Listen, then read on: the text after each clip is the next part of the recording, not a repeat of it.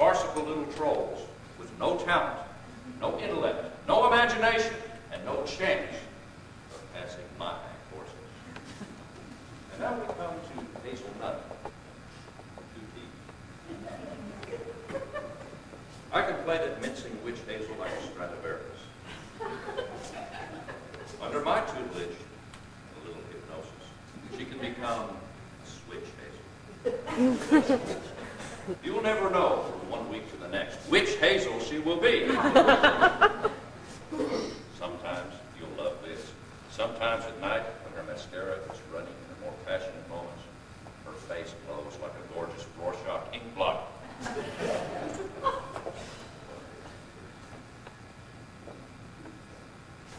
If this book-holding edifice falls, I stand to make millions with her newfound talents, if you know what I mean. And as for Sam Talton, I have secrets that can tumble him from his hallmark throne. Dancing in the light of my info, I'm dancing in the light from the get-go. I'm really distressed about this whole mess. I want things to work out well for the kids, but there's so much going on. Paige Turner is always on me about dancing with my mops and friends. So she's jealous. She wishes she was as good as my brother.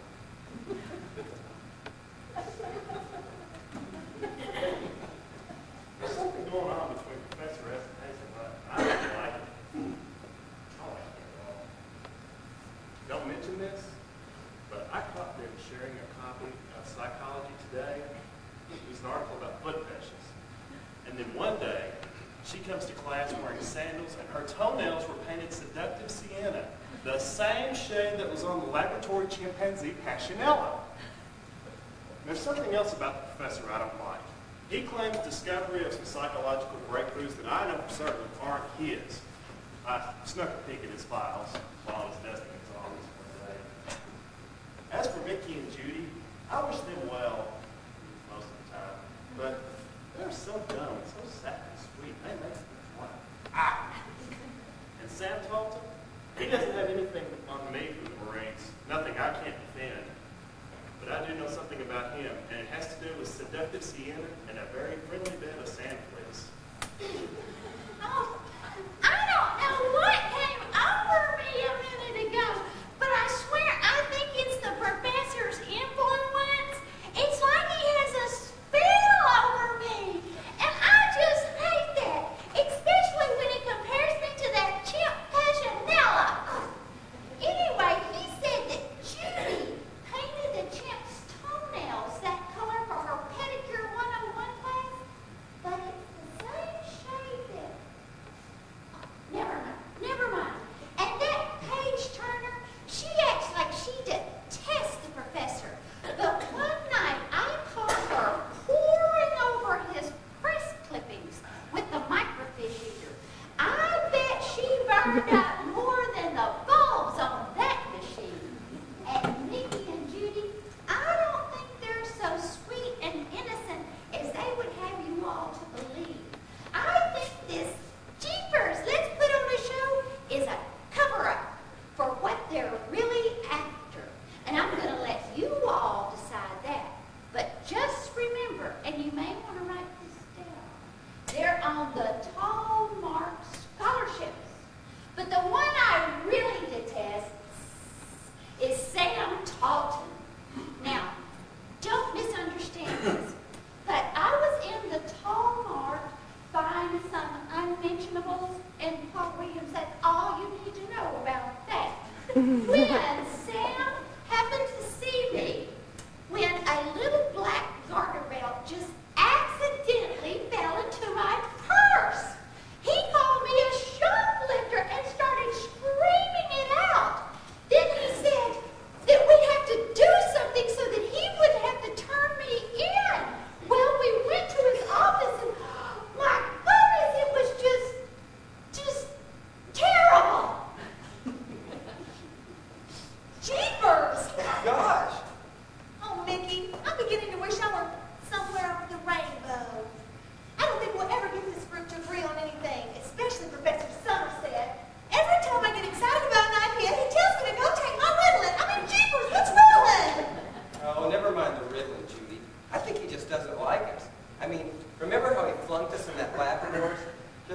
like the old lab rats beat us in the maze. I mean, geez, how are we supposed to know which way to go? We did put garlic pizza in our food dish. Well, one of these days he'll go too far. Yeah, jeepers, Mickey, he'll go too far. Where's too far, Mickey? Never mind. I was just thinking about that librarian, Paige Turner. She acted like the Wicked Witch of the West just because we used up all the toner in the Xerox machine copying our tushes. So we tore a few pages out of National Geographic. Big deal. She probably just wanted them for herself. I'd like to show her a few tricks we learned with the paper shredder. I bet she'd leave us alone then. Well, what about our buddy, Ted Astaire? I mean, I lost a lot of respect for him when he turned us in for that little prank we pulled with his cleaning product. Jeepers, how are we supposed to know what bleach would do to the school mascot? That could cost us some credits, and it might mess up our Talmud scholarships if he turned us in to President John Slammers. That's right. Well, I'm still in trouble about that Mrs. Jones getting nail polish. She never admitted, but I didn't hate nothing about it. I know I saw that same shade on Passionella's money toes. I'll bet if you check Professor Somerset and Miss Nuts Tootsies, you'd be surprised at what you find. Anyway, that makes one more class on flunky. Somebody said I was the one that painted Passionella's monkey toes. I would never do anything that dumb for a class project. I've been working all semester on a term paper on what a doobity-doo really does. Well, now Mr. Cole is threatening to take away our Talmud scholarships and tell Annie M. and Judge Hardy and everybody. Boy, this is serious, Judy. I know it, Mickey, and I like it here in Cornway. We're not in Kansas anymore. Kansas? Woodstown's in Nebraska. Jeepers, Mickey, where'd everybody go? We've got to go farther and get this thing about the show settled. Hello, Don? Don Dyson. Looks like we may have a little problem with our plan. What's the problem? Hold on a minute. Please don't listen to this phone conversation. It's very private. As I was saying, it looks like we may have a little problem with our plan. What's the problem? Well, it may be that one of these idiots has figured out our real plan. Yeah.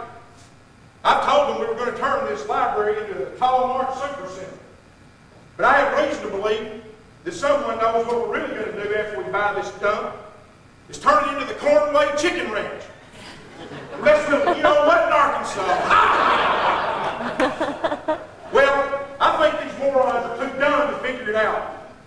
But if someone has figured it out, I won't let that person or anyone else stand in our way. Yeah, don't worry. I'll take care of it.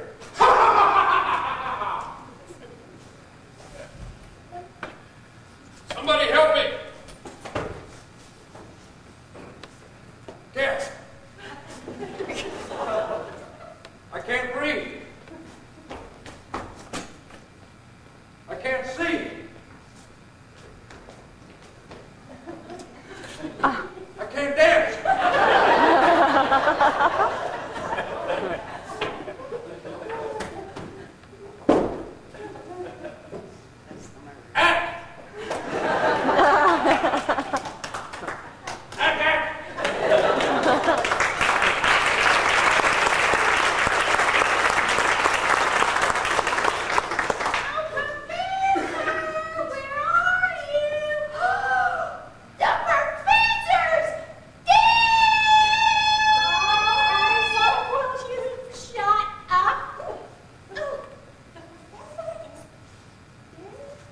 Ding dong when he's dead. He isn't merely nearly dead. He's really most sincerely dead. There's one obstacle! Out of my way! Oh, what will we do? You know, he looks kind of cute laying there like that. Oh, Hazel, you are such a blob. Can't you think of anything but the way he looks? He does look kind of cute, though. Well, we must call the police.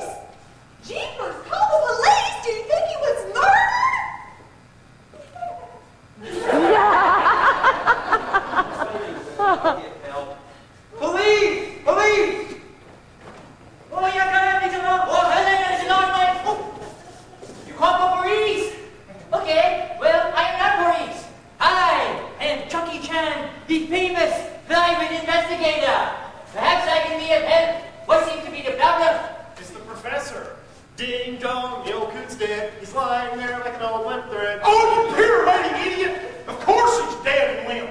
Take your Arabesque out of here and let this alleged detective do his job. Well, thank you, large Jeebus man in Rock Rope. Red Chucky Chan, check out the apparently dead one. He looks cute.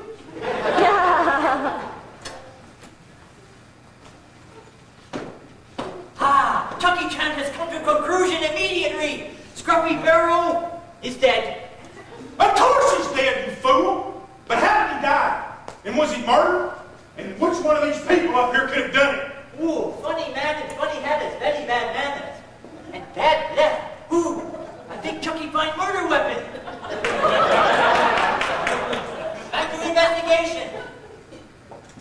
There are unusual objects all around the dead one. They may be crews. Bruce? Yes, crews, you know. Right, Sherlock Holmes find? Vicky Spurane? Garumbo? Dirty Harry? Ooh, dumb kids. Empty nail Irish bottle. Brooks Bright, seductive sienna. Light lead lipstick. Some kind of cards scattered everywhere. What's this? Ooh, American romance. Check this out. I bet you read this one, huh? That's the scene in the backseat of a Chevy. That's good, huh? What else we got? Ooh, dead chicken. Hey, chicken dude. Hey, I got an old Chinese joke. How does dead chicken cross the road? It's not possible.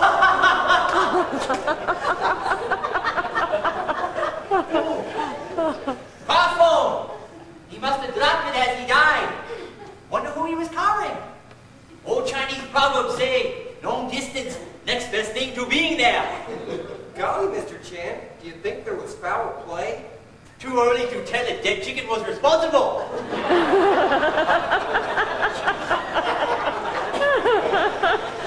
You mean, was he murdered? How am I supposed to know? I don't mean to be rude, but aren't you detectives supposed to be able to tell things like that? Well, yes, chicken lady, but Chucky Chan always gets help from number one son. Let me call him. Hey, number one son, we got another stiff. And a bunch of baddies, suspicious-looking characters. Oh, you call me Pops? What's the problem here? Jeepers, you don't look much like your dad. You're a lot cuter. Sir, do you think you can tell us something about the professor's death? Number one son always help his pops out kind. Look at this, number one son. You don't, Pops? Say, he looks kind of cute lying here like that.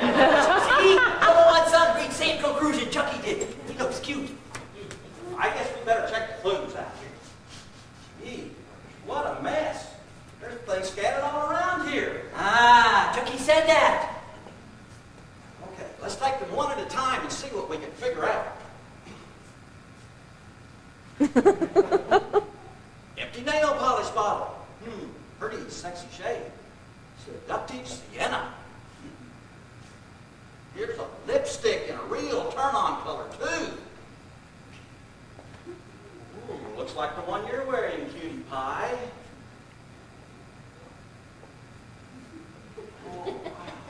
As a matter of fact, I noticed several of the guys in this group wearing the same shade. That's really weird. Oh, whoa.